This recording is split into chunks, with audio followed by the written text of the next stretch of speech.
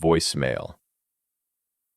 Lena had 12 missed calls and one voicemail from her husband, Josh. That made no sense. He'd died in a car accident 3 days ago. Her hands trembled as she hit play. Static. Then Josh's voice. Lena, I need to talk to you.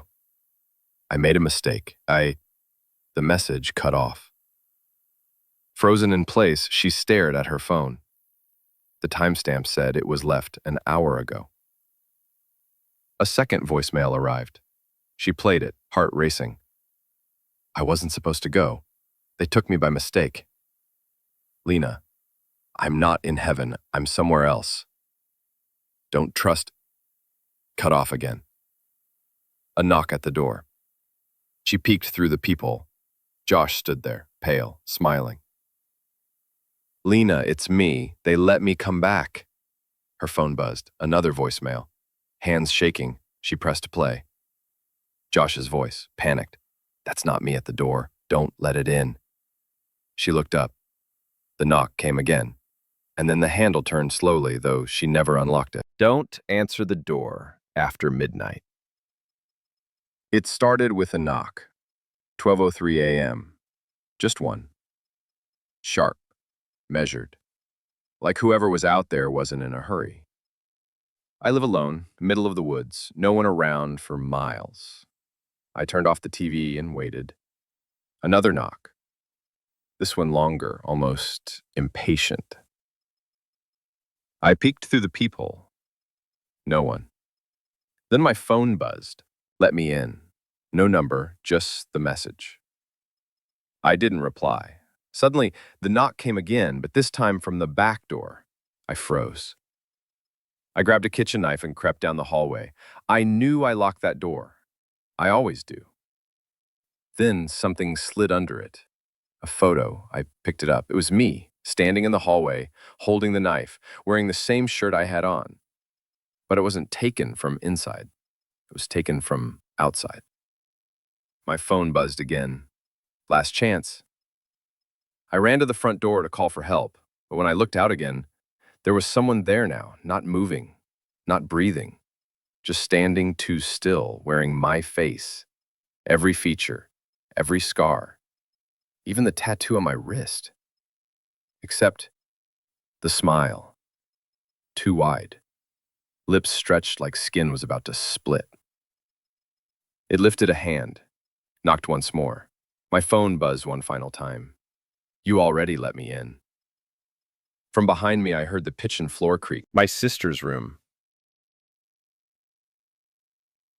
When my sister died, we never cleared out her bedroom. Mom said it was too hard. So we kept the door shut and the lights off. But every night, the hallway light flickered, always near her room. One night, I walked by and saw the door slightly open. A dim blue glow came from inside. I peeked in. Her music box was spinning. It hadn't worked in years. I asked Mom if she'd gone in. She said no, and got angry when I asked.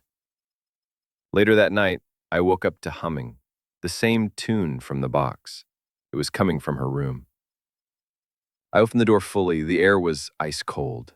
The music stopped. A small voice said, "You forgot me." Then the door slammed shut behind me. I turned. My sister stood there, pale with eyes too big. "You left me alone," she whispered. Now I hear the box playing every night, but no one can hear me anymore. Patient 143. I work nights at a psychiatric facility. Most patients are medicated and monitored, quiet, except for patient 143. Room sealed, no name, just numbers. Staff weren't allowed in alone. He never moved, just sat in a chair, facing the wall. Every report said the same thing, nonverbal, unresponsive.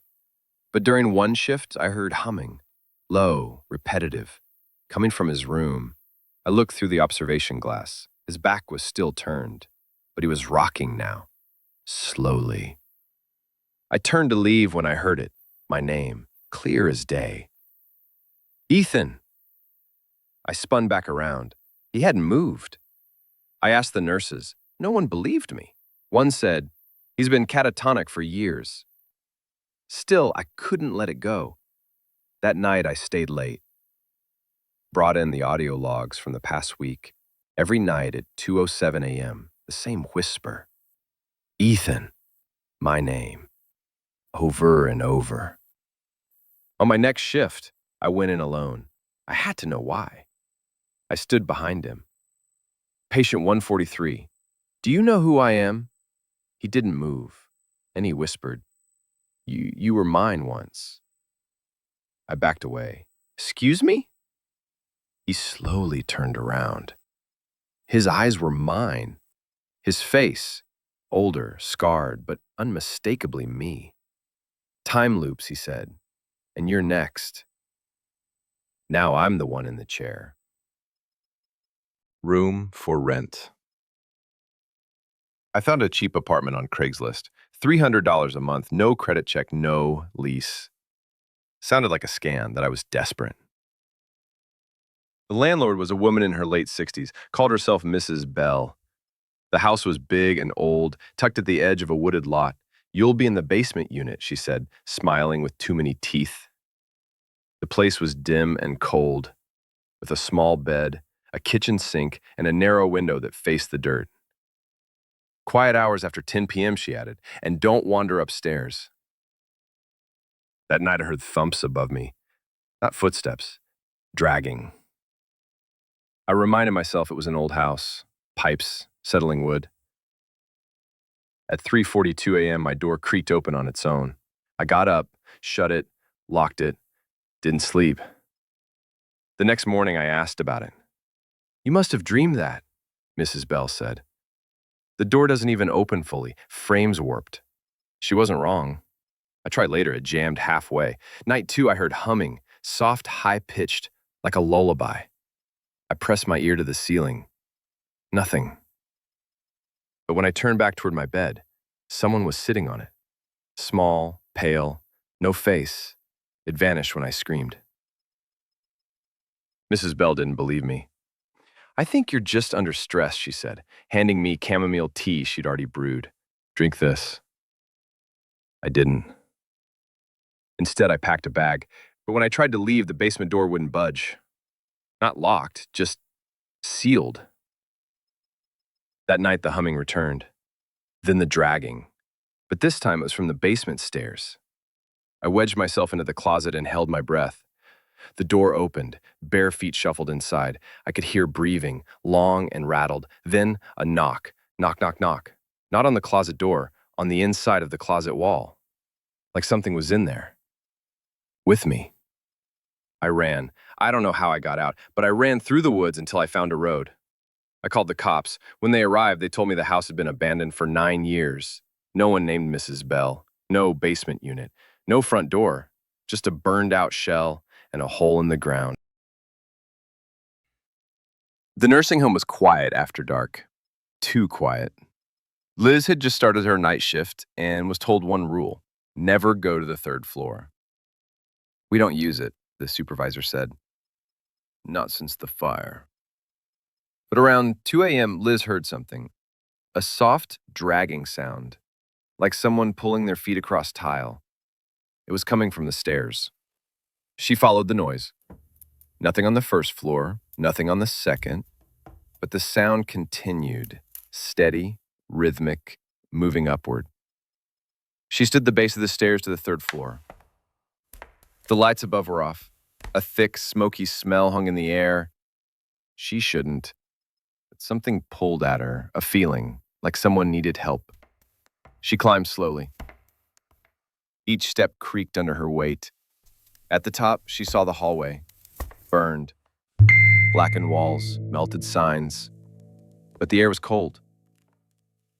Hello? She whispered. A shape appeared at the far end of the corridor, small, slouched. It looked like a man in a hospital gown. He turned slowly. His face was burned, mouth twisted open, eyes raw and wide. Help me, he rasped. Liz stepped back, but he pointed behind her. She turned. The hallway was gone. It was her bedroom. Daylight streamed through the window. She blinked. Had she dreamed it? She sat up in bed confused, and there were soot marks on her hands, and her shoes were still wet from the fire sprinklers. She said, "Don't touch the collar." She looked like danger, latex corset, red lipstick, boots that whispered across my floor. The only thing out of place was the velvet collar around her neck, black, tight, locked in place. "Touch me," she said, straddling my lap. Anywhere but the collar. I didn't ask why, didn't care. The way she moved, the way she kissed, nothing about this felt real. It felt like I'd sold something just to be near her. Every time I kissed her neck, she tensed. Every time I reached too close to the collar, she pulled away. "You don't want to see what's under it," she whispered. We met every night for a week. Same rules, no questions, no touching the collar. Until last night. She fell asleep beside me, breathing slow, skin pale, almost glowing, and I, being an idiot, couldn't help myself. My fingertips brushed the clasp. It clicked open. She jolted upright, eyes wide, lips trembling. "You touched it," she said, voice cracking. "I told you not to." I tried to apologize, but something inside her was already unraveling. Veins darkened, her skin shifted, pulsing like something alive crawled beneath it. Her voice dropped into something not meant for human ears. "You said you loved what I was," she said. "Now you'll see what I am." Her jaw unhinged, not wide, vertical, like a zipper down her throat. Inside wasn't blood, it was endless, throbbing, writhing with mouths and hands and tongues. I screamed, but nothing came out. She crawled onto my chest, collar dangling from her fingers. "This was for your safety," she whispered, "not mine." The room melted into black. I woke up choking on hair. Mine? Hers? I don't know. The collar was around my neck, it's locked. And every night, someone new walks in. She watches from the shadows now and whispers, "Don't touch his collar." She said I look better on my knees. She found me when I was at my lowest. Jobless, broke, no family. I didn't even remember the last time I spoke to someone who looked me in the eye. Then she sat across from me at the bar, red dress, obsidian hair, and eyes that burned like they knew every dirty thought I'd ever had. "You look like you'd follow orders," she whispered. "Say yes." I said yes. She took me home. Stone walls, no windows, floors that echoed with footsteps that weren't ours. I should have turned back when the door closed on its own. She gave me a collar and told me to kneel. I laughed until my legs folded on their own. "I didn't ask," she said. "I commanded." I tried to stand. My body didn't listen, not to me at least. She smiled, dragged her nails down my spine, and said, "Good boy." Every night she fed me scraps from a silver bowl. Every day she whispered words I didn't understand, and the collar got tighter, not around my neck, around my will. At first I thought it was a game, a kink, a fantasy.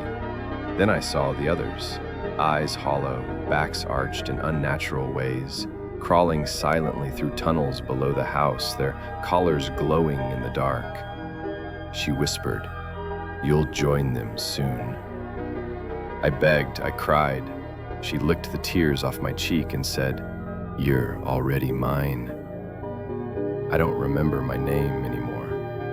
I only know the sound of her footsteps and the command that echoes in my mind like scripture. Kneel. Smile for the camera. It started with a photo on my phone. I hadn't taken it. Just me sleeping in bed. Bow. The timestamp said 3:17 a.m. I live alone. I tried convincing myself I'd hit the button by accident, maybe rolled onto it. Weird, sure, but not impossible. The next night, I deleted the picture, locked the door, checked every window, and placed my phone face down. In the morning, another photo. Same angle, same time. But this time, my eyes were slightly open. That day, I bought security cameras. Placed one in my room, one facing the hallway, one outside my door. I didn't sleep well. The next morning, there was no footage, just static between 3:10 and 3:20 a.m. And another photo. Me, wide-eyed, smiling. I called the police. They checked the place. No signs of forced entry, they said. Maybe someone cloned your phone? I changed passwords, switched devices, started sleeping with a knife. 3 days passed, no new photos. Then, last night, I dreamt of someone whispering in my ear, "You're perfect." I woke up choking. My phone vibrated. New photo. Me, standing beside the bed, smiling, blood on my shirt. I rushed to the bathroom mirror. Nothing. No cuts, no stains, just a red smear on my neck I couldn't explain. I checked the security footage. This time, it played. At 3:17 a.m., I watched myself sit up, but I never remembered moving. I walked to the camera, smiled directly into it, then said, "Delete this." Static. I haven't slept since. Last night, no new photo appeared, but a new file did, a video. I watched as something that looked like me, stared into the lens and whispered, "Stop resisting. You belong to us now." The figure tilted its head, revealing a smile too wide and eyes too dark. It looked behind itself, into the camera, like it was seeing me, watching it. Now, I'm scared to sleep, but I'm more scared of staying awake. Because I just blinked, and when I looked again, my phone was unlocked. The camera was open, and the live preview shows me smiling again. But I'm not smiling, I'm typing this, and the version of me on the screen is waving. The attic light. Every night at exactly 3:17 a.m., the light in my attic flicked on. The first time, I thought I left it on by mistake. I climbed up with a flashlight, opened the hatch, and found nothing. Just boxes, dust, silence. I turned it off and went back to bed. But the next night, same thing, 3:17 a.m. on the dot. After a week of this, I unscrewed the bulb entirely, tossed it in the trash. That night, the light still came on. No bulb, just light. That's when I noticed something worse. The attic light never turned off again. Every night it glowed, not bright, just enough to let me know something was up there, watching. I nailed the hatch shut. I taped a heavy dresser over it. It didn't matter. Then I started hearing footsteps, soft, dragging, slow, like something pacing right above my room. One night I lost it. I grabbed a hammer, ripped the nails out, and shoved the hatch open. No sound, no footsteps, just a single photo lying in the middle of the attic floor. It was a picture of me, sleeping, from above. I never took it. That night, I didn't sleep. I stayed up with a baseball bat and the attic door wide open. At 3:17, the light clicked off for the first time. And something crawled down. The babysitter. 17, when I got a job babysitting for a family out in the suburbs. Easy money, they said. One kid, 8 years old. House was big, modern, and had cameras in every room. The parents left around 7. The kid, Danny, was quiet. Too quiet. He stared at the cameras a lot. When I asked what he was watching, he said, "Her." "Who's her?" I asked. He just pointed to the ceiling. Later, while he slept, I checked the monitor feed from the living room. One of the cameras flickered. It showed a woman, pale, wearing a black dress, standing in the corner. I ran to the room, no one was there. Back on the monitor, she was closer. I called the parents, no answer. Then every camera turned to face the screen directly, and the woman was now staring into the lens. Right before the feed cut out, she raised a hand and pointed. Behind me, the face in the fog. I live in a 12th floor apartment with a balcony view of the city. One foggy night, I saw something out there, a shape. It stood at the edge of my balcony rail, tall, unmoving. At first I thought it was a statue, until it turned its head. No features, just smooth, pale skin, like a blank canvas. I grabbed my phone to take a picture, but the camera only showed me, standing alone on the balcony. I looked up again. It was closer, almost pressed to the glass now. No sound, no breath, just that blank face. I turned to run, but every window in the apartment was now fogged from the inside. I wiped one clean and saw something horrifying. My own face. On its body. It smiled. And behind me, the real fog started pouring in. The principal's office. No one ever came back from Principal Keller's office the same. Kids went in, cocky, laughing.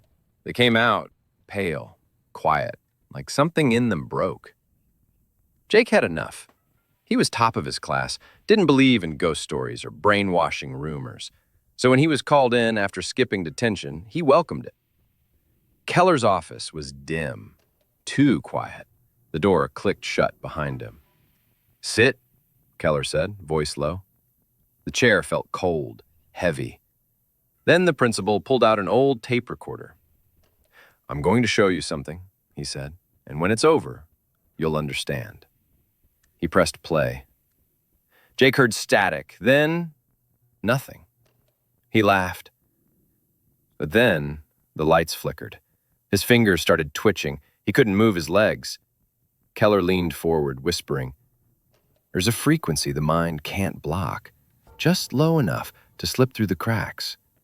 After a minute, it strips out everything that makes you, you, and leaves only obedience."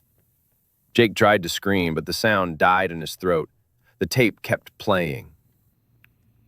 The reflection game. It started as a dumb trend on some horror subreddit. The reflection game. All you needed was a mirror, a candle, and the guts to ask the question, "What don't I see?" The rules were simple. You had to do it alone in a silent room between midnight and 3 a.m. The post warned you not to break eye contact. If you look away, it said, you invite it in. Of course, I tried it. I set up the mirror in my bathroom, lit a candle, and waited until 12:34 a.m. Someone online said it was the clearest window. I stared into my own eyes, held the candle steady, and whispered, "What don't I see?" For a long time, nothing happened. Then, something moved. Not behind me, in the mirror. My reflection tilted its head. I hadn't moved. I blinked, and it didn't. I felt frozen. The thing smiled, my smile, but warped. Too many teeth, lips stretched too wide. "You don't see me," it whispered, voice coming from the glass. I stumbled back, nearly dropping the candle. "You're not supposed to break eye contact," it hissed. "Now I get to look around." The flame flickered and died. I lunged for the light switch. Nothing. Total blackness. Then I heard it breathing. But not from the mirror. From behind me. I locked myself in my bedroom, barricaded the door. I didn't sleep. Morning came. The lights worked again. I convinced myself I imagined it, until I checked the mirror in my bedroom. My reflection blinked before I did. I left the apartment, stayed at a friend's place. But every mirror I passed, car window, phone screen, even sunglasses, I'd catch a glimpse of something watching. Not always me. Sometimes it was standing still while I walked away. Sometimes it smiled when I was crying. It's not just in the mirrors now. Yesterday, I saw it outside a window. It was standing in my driveway. Tonight, I got a message on my phone. No number, just one word. Soon. I checked the camera app. The front-facing one turned on by itself. And in the corner of the screen over my shoulder, there's a face, smiling, waiting. The rental house. I rented a cheap cabin in the woods for a weekend writing retreat. No Wi-Fi, no neighbors, perfect. The first night, I heard footsteps upstairs. Problem was, it was a one-floor cabin. I checked every room, nothing. Thought maybe it was the wind or creaking wood. The next morning, I found muddy footprints in the living room, bare feet, small. I decided to leave early, but when I went to pack my bags, they were gone. Just gone. In their place was an old stuffed bear, one eye missing, dirt on the fur. I called the rental owner. No answer. I emailed. No reply. Then I noticed something. The house had family photos on the walls, something I hadn't noticed before. A man, woman, and a kid. But in every photo, the faces were scratched out.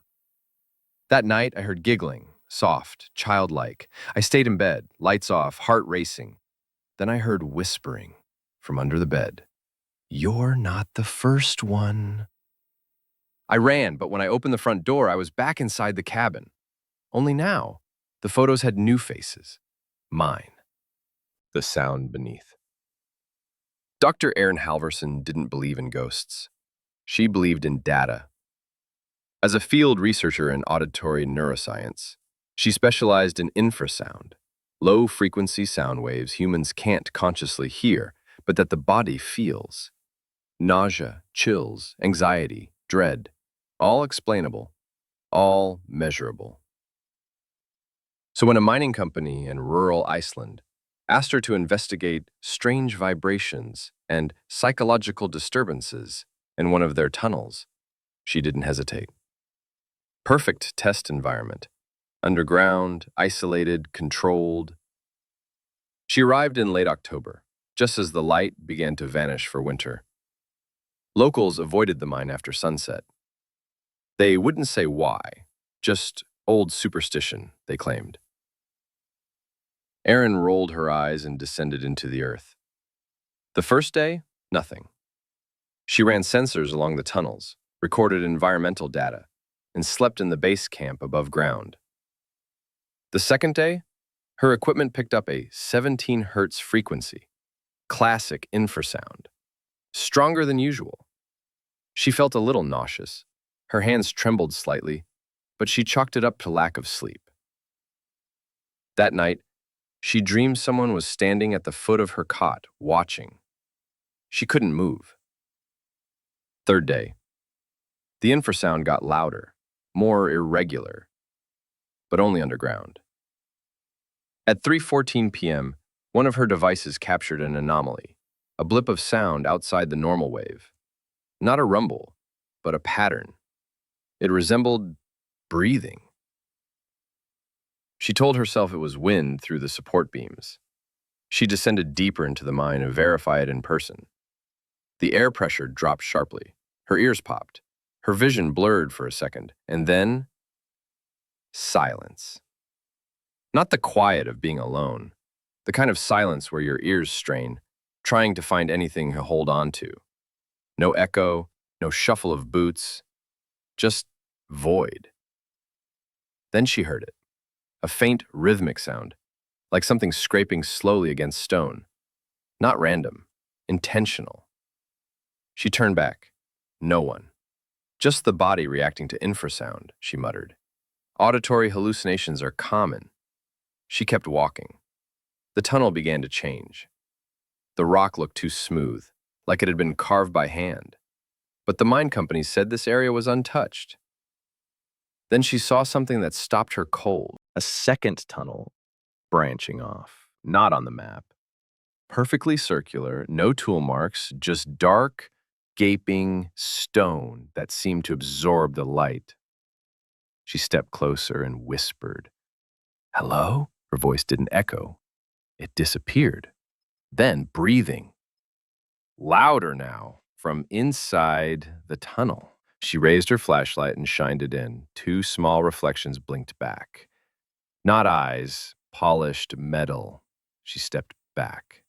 The light flickered, and then the sound hit her full force, a low, vibrating growl that bypassed her ears and thudded in her chest. She collapsed, paralyzed with nausea and disorientation, and she saw it, not with her eyes, with her nerves. Her brain screaming, signals her eyes couldn't process, a figure, tall, too tall, with too many joints. It looked almost human, but not quite. The face was wrong, too symmetrical. like someone sculpted a person from memory and got the details off. She blacked out. They found her wandering near the surface at dawn, drenched in sweat, her equipment destroyed. She doesn't speak about what happened. She just keeps drawing the same shape. Smooth, circular tunnel. Her report was never published. The company sealed the mine. But here's what matters. The brain doesn't need to see to fear. It reacts to threat long before reason kicks in. Infrasound, symmetry errors, sensory deprivation, they can all make the human mind turn on itself. Dr. Halverson never believed in monsters until she met one that felt real before it ever made a sound. Today's special. Everyone joked about Miss Grady, the lunch lady. Always quiet, always smiling too wide. She never left the kitchen, and no one ever saw her outside of school. Then, kids started disappearing. First a freshman, then two seniors. Rumors spread. The school brushed it off as runaways. But something didn't sit right with Maya. She worked the register and noticed the menu started changing. More meat-based dishes? One afternoon, Maya forgot her bag in the kitchen. Miss Grady wasn't there, but the back freezer door was open. She went inside. It was freezing, rows of labeled meats sealed in vacuum packs. She squinted at one. WJ. Lean cut. 3/12. Will Jackson had gone missing in March. Another said, TK. Bone in. 401. Tina Kim. Footsteps behind her. Miss Grady stood in the doorway, smiling, holding a cleaver. You're just in time, she said sweetly. We're starting to run low. The stranger in the window. I live on the 9th floor. No balcony. Just a large window over the city. Last week, I saw someone standing outside it. At first I thought it was hallucination, a prank maybe, but it just stood there, head tilted, smiling wide. When I blinked, it was gone. I chalked it up to lack of sleep, but it came back every night, same time, sometimes tapping the glass. I took photos. Nothing showed up, just the reflection of my room. I stayed with friends for 2 nights. No visits, no tapping. The night I came back, my apartment felt off. I checked the window, no one. But when I looked in the mirror, there were handprints behind me on the glass. I turned around, nothing. That night, I locked the window, drew the blinds, put heavy furniture in front of it. At 3 a.m., I heard breathing inside the room. When I pulled back the blinds, the window was wide open, and on the floor, muddy footprints. They stopped at the side of my bed. The tapping never stops. It began 3 nights ago. The soft tapping on my bedroom window. Not knocking, tapping. Light, repetitive, calculated. I live on the 2nd floor. At first, I thought it was a branch. I ignored it. But when I opened the blinds the next morning, I saw handprints. Not adult-sized. Small. Almost childlike. Pressed into the outside glass. I tried to be rational. Maybe a raccoon, maybe kids pulling a prank. Night 2, the tapping came again. This time, faster, urgent. I lay frozen, staring at the ceiling, pretending I couldn't hear it. After 20 minutes, it stopped. I waited until sunrise to check. More prints. This time, a face imprint, too. Not clear, but unmistakable. A smudge where a nose and mouth had been. I didn't sleep last night. I sat in a chair facing the window with the lights off and a baseball bat in hand. At exactly 2:44 a.m., the tapping returned. But I saw it this time. A figure, barely visible, hunched against the glass. Long arms, knees bent the wrong way. Its head tilted slowly, like it knew I was watching. It didn't smile. It didn't move. Just tapped. I ran outside with the bat, but no one was there. No footprints in the grass, nothing on the camera I set up either, just static from 2:43 to 2:46. I stayed in a motel tonight. Different town, different county. And still, at 2:44 a.m., I heard it again. Tap, tap, tap. From the mirror in the bathroom. I didn't check. I just packed and drove. Now it's not just the windows. It taps on glass, any glass. My rearview mirror, my watch, my phone, always at 2:44 a.m. It's not trying to scare me, it's trying to wear me down, because tonight I tapped back. And it stopped. No sound, no movement, just silence. But when I turned on my phone screen, I saw it. Not a reflection, not a video glitch. It was inside the screen. Its face pressed against the digital barrier. Closer than before. This time, it smiled. And then it whispered, clear as day. Finally. The trade. I was broke, hungry, and desperate. That's when I found the pawn shop, tucked between two crumbling buildings. No name, just a hand-painted sign that said, "We trade anything." Inside, the air was dusty and thick. The shopkeeper was an old man with cloudy eyes and a voice like dry leaves. "Looking to sell?" he rasped. I showed him my phone. "This is all I've got." He chuckled. "We don't trade for money here. We trade for time." I stared at him. "Prove us what you've got left. Minutes, hours, days. In return, you get what you need." I laughed. "Sure. How much for a sandwich and a bed?" He reached beneath the counter, pulling out a wrapped sandwich and a brass key. 8 hours, he said. I didn't sign anything, just nodded.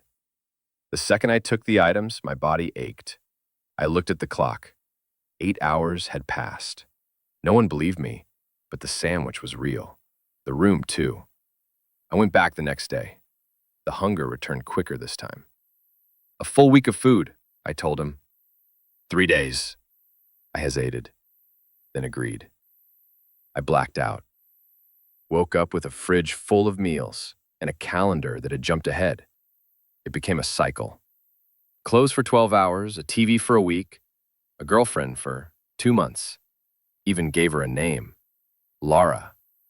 She was perfect. Kind, funny. She felt real. But one day, I woke up and she was gone. Back to the shop. "What happened?" "You stopped paying," he said. "I'll trade more." He shook his head.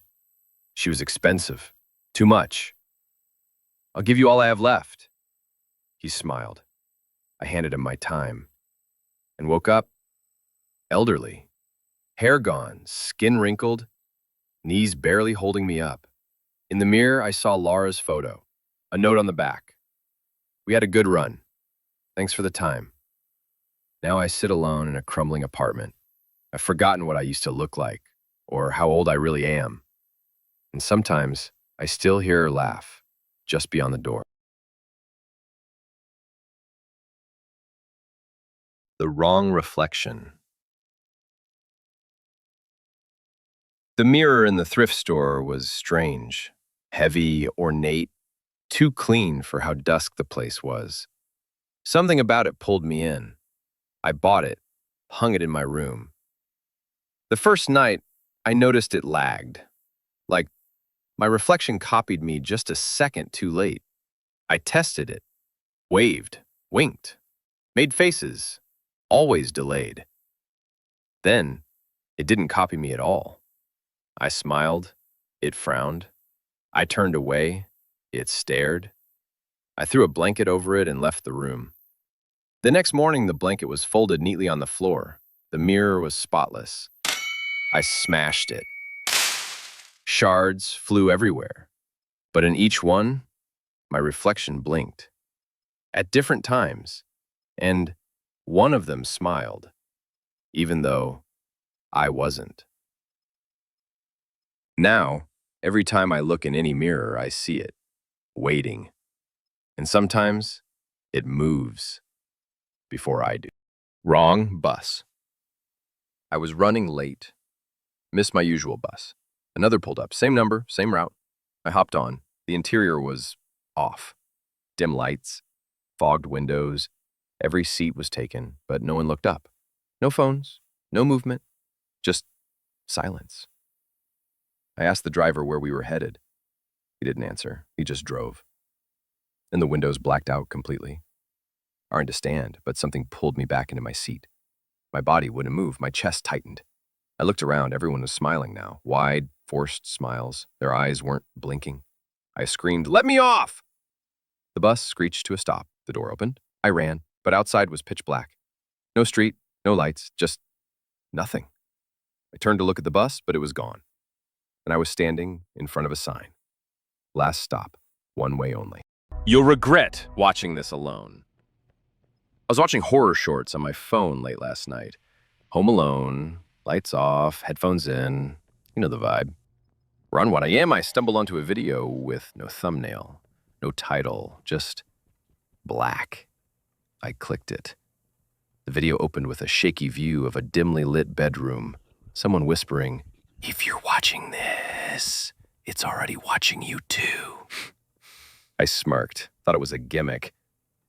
Then the camera moved, slowly, toward the closet door. The whisper returned, "Don't look behind you yet." Chills.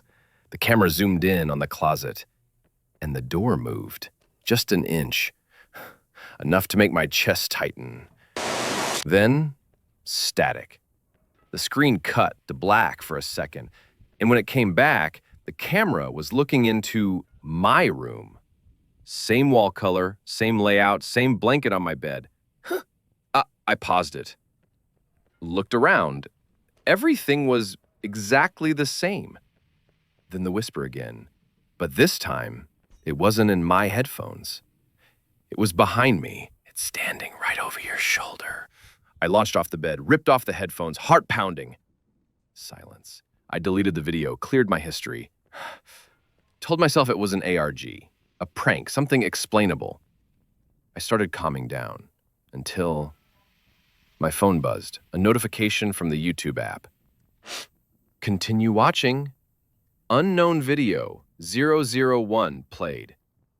I never pressed play, and now it's stuck at the top of my feed. Every time I delete it, it comes back, and every time I don't finish it, something closer moves in the reflection behind me.